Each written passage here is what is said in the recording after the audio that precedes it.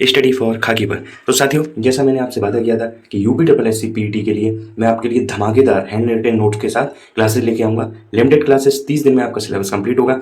एक दिन मैं लेट हो गया हूँ, लेकिन फिर भी 30 दिन में ही आपका सिलेबस कंप्लीट होगा। मैं आपको ऐसे हैंड रिटन नोट देने वाला हूँ जैसे आपने अभी तक कभी नहीं देखे होंगे। शॉर्ट नोट के साथ साथ पूरा सिलेबस कवर, ठीक है, और एक चैप्टर मुश्किल से 2 या 3 पेज में। तो हम लोग आज पढ़ेंगे सबसे पहले यूपी जीके की ये डेमो क्लास है और आपको इसमें मिलने वाली है फ्री हैंड रिटन नोट्स, ठीक है। मैं बताऊंगा कहाँ से मिलेगा। तो हम लोग चलते हैं बिना टाइम को गवाए हुए। जो लोग चैनल पर नए हैं वो चैनल को सब्सक्राइब कर लीजिए। वीडियो अच्छी लगे तो वीडियो को लाइक करें और वीडियो को शेयर भी करें, ठीक है। तो सबसे पहले हम चलते हैं, और ये जो यूपी जीके के नोट्स हैं ये आप lower PCS, PAT, UP police, UPSI, video, BPO सब में यूज कर सकते हैं। लेखपाल वगैरह जहाँ जहाँ यूपी जीके पूछी जाती है, फॉरेस्ट गार्ड, इन सब में, ठीक है। तो सबसे पहले हम लोग देखते हैं जो बेसिक जानकारी है। सबसे पहले हम लोग यहाँ पे देखेंगे कि उत्तर प्रदेश को कब किस नाम से जाना गया। तो सबसे पहले 1836 में इसे उत्तर पश्चिम प्रांत के नाम से जाना गया। फिर 1877 में इसे उत्तर पश्चिमी प्रांत एवं अवध के नाम से जाना गया। फिर 1902 से इसे आगरा एवं अवध का संयुक्त प्रांत के नाम से जाना गया। फिर 1937 में इसे संयुक्त प्रांत के नाम से जाना गया। और लास्ट में जो आज अपना उत्तर प्रदेश बोला जाता है वो 24 जनवरी 1950 से बोला जा रहा है, ठीक है। इसके साथ ही इसकी राजधानी भी समय समय पे चेंज हुई है। तो हम लोग देखते हैं प्रदेश की राजधानी कब कहाँ पर थी, ठीक है। तो सबसे पहले देखते हैं 1836 से और 58 तक राजधानी रही आगरा में। फिर 1858 से 1921 तक रही प्रयागराज में। उसके बाद 1921 से 1935 तक रही लखनऊ, लेकिन ये आंशिक राजधानी थी, ठीक है, ये आंशिक राजधानी थी। और उसके बाद ये परमानेंट कब हुई, ये हुई 1935 से पूर्णतः लखनऊ को राजधानी बना दिया गया।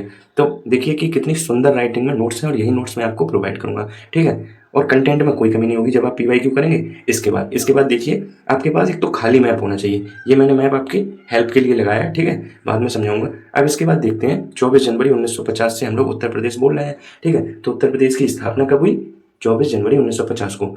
2017 में जब योगी जी की सरकार बनी तो उन्होंने ये घोषणा की कि 24 जनवरी को हम स्थापना दिवस मनाएंगे। फिर 2018 से इसे मनाया जाने लगा। अब प्रत्येक वर्ष 24 जनवरी 1950 को स्थापना दिवस मनाया जाता है, उत्तर प्रदेश स्थापना दिवस, ठीक है। इसके साथ ही अब आपको आगे ले चलते हैं। आगे इसका भौगोलिक स्थिति इसकी दिखाते हैं आपको, इसकी भौगोलिक स्थिति, ठीक है। सबसे पहले हम देखते हैं इसकी भौगोलिक स्थिति। भौगोलिक स्थिति में क्या क्या जानना है हम लोगों को, क्षेत्रफल जानना है। तो क्षेत्रफल जानना है तो क्षेत्रफल किसका है इसका 2,40,928 किलोमीटर स्क्वायर, ठीक है, जो कि भारत के क्षेत्रफल का 7.33% है, ठीक है। ये विभाजन के पहले कितना था, मतलब जब ये उत्तराखंड यूपी से अलग नहीं हुआ था तब ये था 2,94,411 किलोमीटर स्क्वायर, ठीक है। अब अगर पूछा जाए कि यूपी का भारत में क्षेत्रफल की दृष्टि से कौन सा स्थान है, ये तो सबको पता है कि जनसंख्या हमारे यहाँ इतनी है कि हम पहले स्थान पर पहुंच गए हैं। लेकिन क्षेत्रफल की दृष्टि से यूपी का चौथा स्थान है भारत में। पहले स्थान पे कौन है, राजस्थान, दूसरे पे है एमपी, तीसरे पे है महाराष्ट्र और चौथे पे है यूपी और पांचवें पे गुजरात। इसके बाद हम लोग देखते हैं इसके अक्षांशी विस्तार को, ठीक है। अक्षांशी विस्तार को देखेंगे तो अक्षांशी विस्तार क्या है, इसका है 23 डिग्री 52 मिनट से 30 डिग्री 24 मिनट उत्तरी अक्षांश, ठीक है। अभी हम लोग मैप पे भी दिखाएंगे, ठीक है, बिल्कुल भी परेशान मत होना।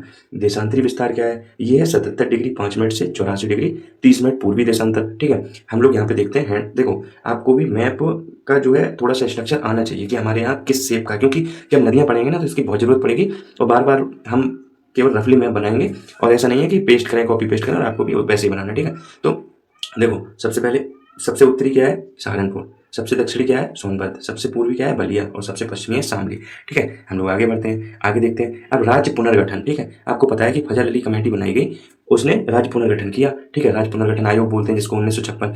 तो 1 नवंबर 1956 में राज्य का पुनर्गठन हुआ, ठीक है। अब राज्य का विभाजन कब हुआ, ये बहुत कॉमन क्वेश्चन है। तो 9 नवंबर 2000 को राज्य का विभाजन हुआ। 13 पहाड़ी जिले को काटकर उत्तरांचल बना दिया गया।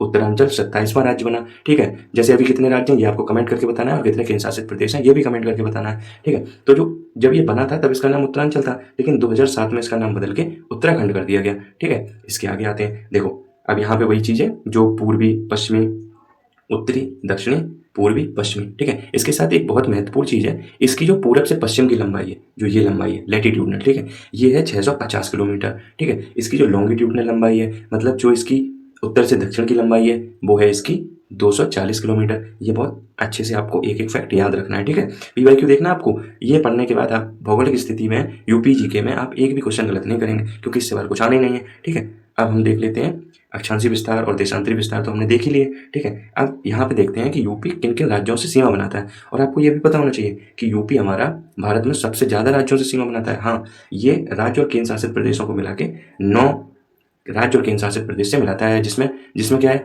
जिसमें 8 तो राज्य हैं और 1 केंद्र शासित प्रदेश है। केंद्र शासित प्रदेश कौन सा है? हमारी दिल्ली है, ठीक है। अब देखते हैं, ये देखो सर्वाधिक राज्यों से सीमा बनाने वाला राज्य कौन सा है? उत्तर प्रदेश, ठीक है। और ये एक देश से भी सीमा बनाता है, ये देखो नेपाल, ठीक है। पूरा डिटेल में नीचे बताएंगे। अब ये मैप आपको ऐसा ही बनाना सीखना है, रफली मैप, ठीक है, क्योंकि बार बार जरूरत पड़ेगी। अब यहाँ पे हम पहले मैप से देखें तो हमारे दिमाग में ज़्यादा रहता है, ठीक है। देखो पूर्वी सीमा पर कौन है? बिहार है, ठीक है। दक्षिणी पे कहाँ? एमपी है। उत्तरी पे क्या है? उत्तरी पे हमारा उत्तराखंड है और हिमाचल प्रदेश है, ठीक है। और जो दक्षिण पूर्वी है वहाँ पर ये 2 और हैं, झारखंड और छत्तीसगढ़, जो कि एक अपने जिले से सीमा बनाते हैं, ठीक है। इसके बाद देखते हैं पश्चिमी, तो पश्चिम में दिल्ली है, हरियाणा है, और अगर पश्चिम दक्षिणी देखें तो राजस्थान है, ठीक है। मध्य प्रदेश में सबसे ज़्यादा जो यूपी के जिले हैं ना, वो मध्य प्रदेश के साथ सीमा बनाते हैं। कितने? 11 जिले। कौन कौन से वो 11 जिले हैं? ये सीमा कहाँ से बनती है? ये देखो मैप में, ये सीमा यहाँ से बनती है, ठीक है। यहाँ से यहाँ तक ऐसे।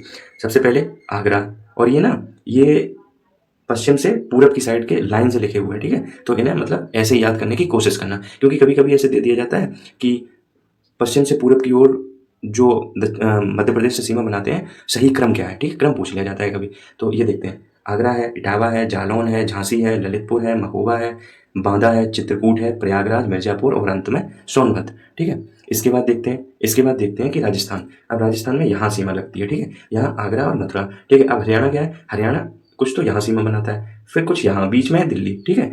तो 6 जिलों से ये सीमा बनाता है हरियाणा। कौन कौन से 6 जिले हैं? वो 6 जिले हैं सहारनपुर, ऊपर से आप ऐसे देख रहे हैं हम लोग, ठीक है। सहारनपुर, शामली, बागपत, गौतम बुद्ध नगर, अलीगढ़ और मथुरा, ठीक है। इसके बाद हमारा दिल्ली भी तो है, हाँ दिल्ली भी है। तो दिल्ली 3 जिलों से बनाता है। कौन कौन से?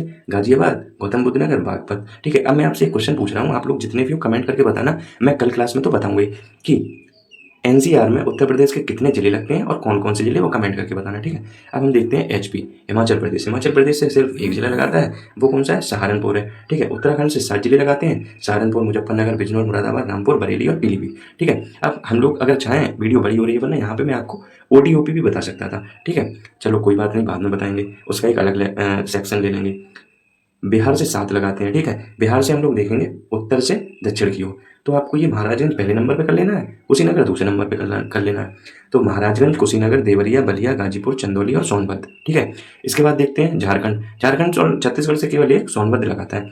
एक क्वेश्चन ये भी बहुत महत्वपूर्ण है, देश का कौन सा ऐसा जिला है जो 4 राज्यों से सीमा बनाता है? तो देखो मैं आपको दिखाऊं, 4 राज्यों से कौन सीमा बनाता है। देखो ये सोनभद्र है, ये एमपी से भी सोनभद्र बना रहा है, और ये झारखंड और छत्तीसगढ़ से भी। तो मध्य प्रदेश, बिहार, झारखंड और छत्तीसगढ़ 4 राज्यों से सीमा बनाता है हमारा सोनभद्र। सोनभद्र जो सबसे ज़्यादा वन आवरण वाला जिला है, ठीक है। सोनभद्र जिसमें सबसे ज़्यादा जनजाति वास करती हैं।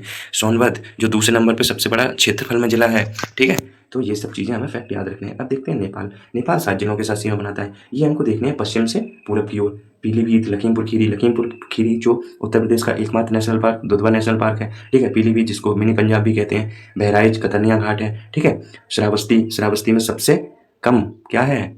साक्षरता, सबसे कम साक्षरता और सबसे कम शहर में वास करने वाली जनसंख्या, ठीक है। बलरामपुर में क्या है? देवी पाटन मंदिर बलरामपुर में ही है, ठीक है। सिद्धार्थनगर काला नमक चावल के लिए फेमस है, और महाराजगंज नेपाल के लिए जो सोनौली बॉर्डर है उसके लिए प्रसिद्ध है। तो ये थी हमारी आज की यूपीजी की क्लास थोड़ी डिटेल में मैंने बताई है, हो सकता है वीडियो थोड़ी लंबी हो, आप 1.5x या 2x पे देख सकते हैं। बाकी ये सेम टू सेम PDF मैं आपको बहुत जल्दी दूंगा। एक्चुअली टेलीग्राम में थोड़ी एरर आ रही है, इस वजह से मैं डाल नहीं पा रहा हूँ उस पर कंटेंट। करते हैं जल्दी से सही, और आपको ये जल्दी से PDF देते हैं, और सारे सब्जेक्ट की बहुत जल्दी PDF मिल जाएंगे। वीडियो अच्छी लगी हो तो शेयर करना, लाइक करना, चैनल को सपोर्ट करना। बहुत बहुत धन्यवाद।